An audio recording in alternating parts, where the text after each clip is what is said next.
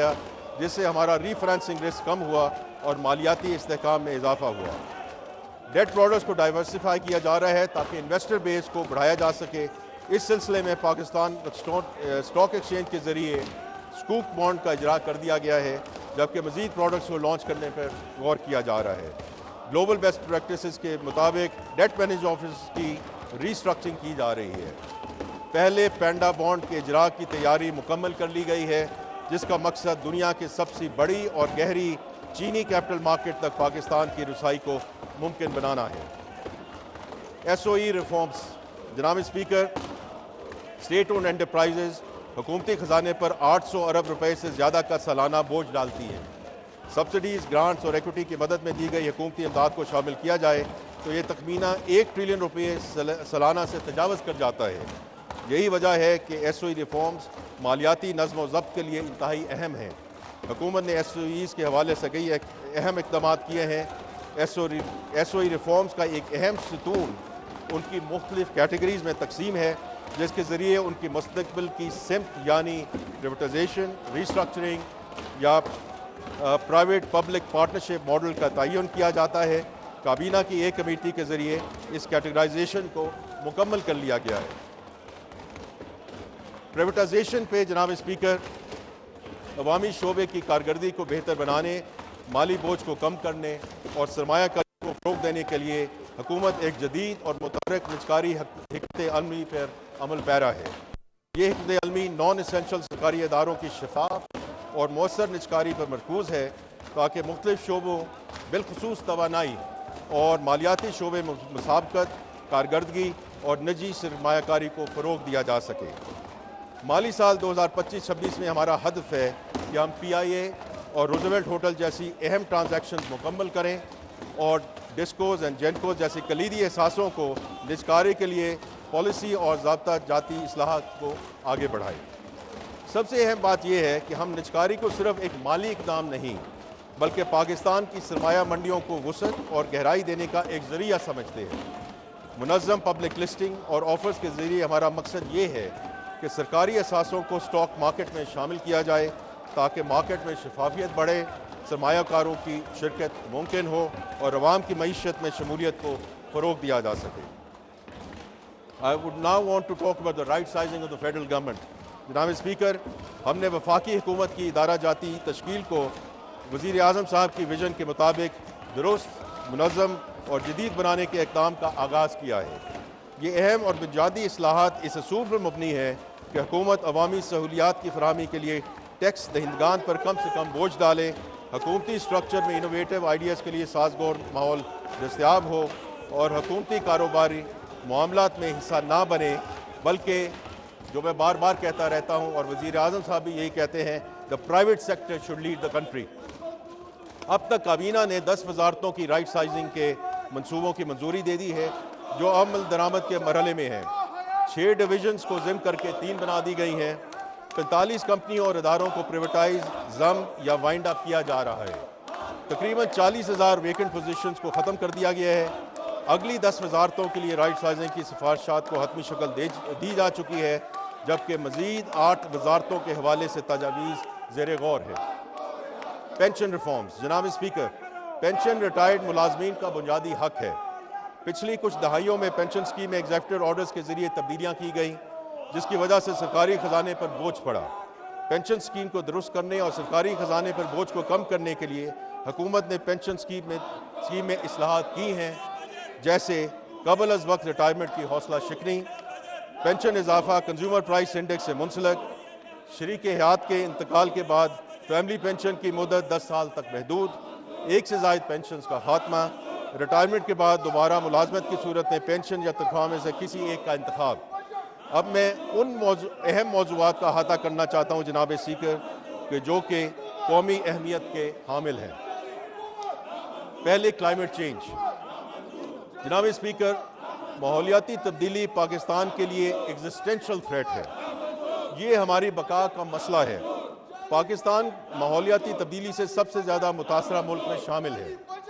माहौलियाती तब्दीली के मनफी असरात का सद्देबाब हुकूमत की अहम तरजीह में से एक है।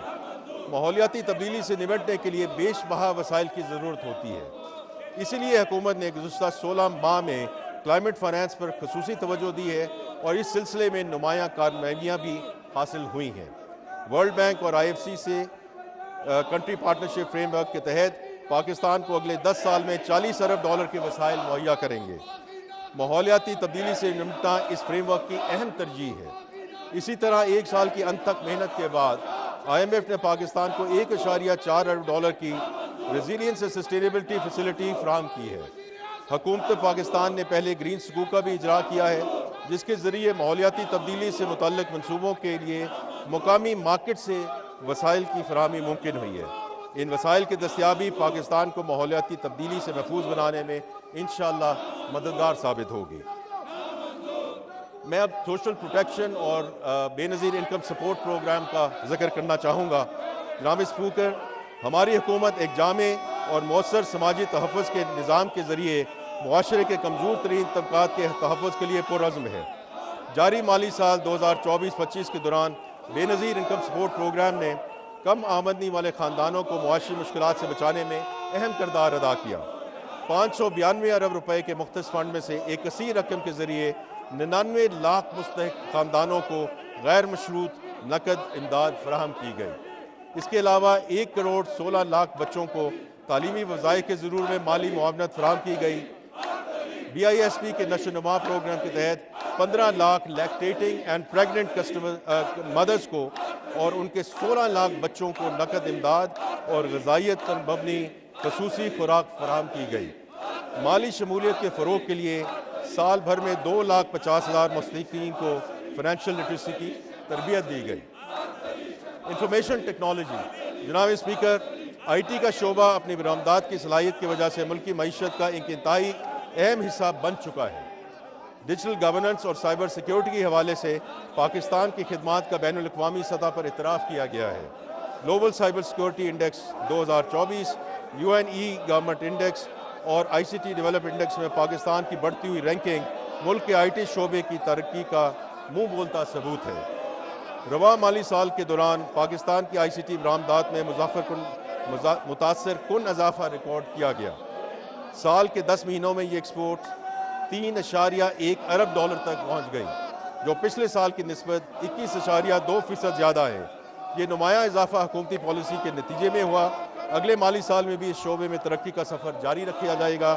اگلے 5 سالوں میں آئی سی ٹی ایکسپورٹس کو $25 ارب تک بڑھانا کی منصوبہ بندی کر لی ہے۔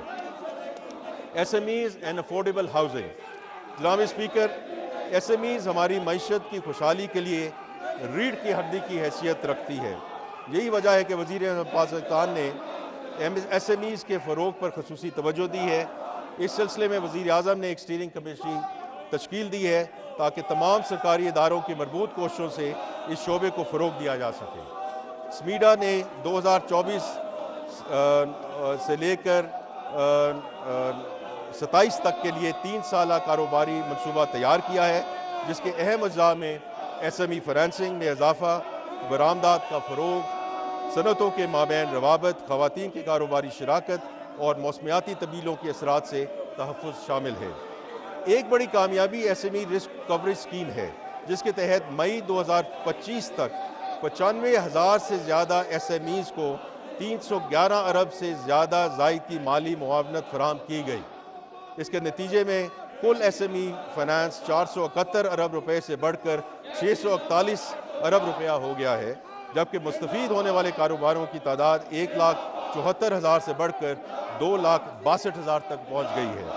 حکومت کا عزم ہے کہ انشاءاللہ 2028 تک ایس ایم ای فائنانس کو 1,100 ارب روپے تک بڑھایا جائے اور مستفید کاروباروں کی تعداد 7,50,000 تک پہنچائی جائے۔ اسٹیٹ بینک آف پاکستان بینکوں، فن ٹیک اداروں اور دیگر اسٹیک ہولڈرز کے ساتھ مل کر ایس ایم ای فائنانس کے نظام کو بہتر بنانے کے لیے سرگرم ہے، اور حال ہی میں ایس ایم ای فائنانس سے متعلق نظر ثانی شدہ ضوابط عوامی مشاورت کے لیے جاری کیے گئے ہیں۔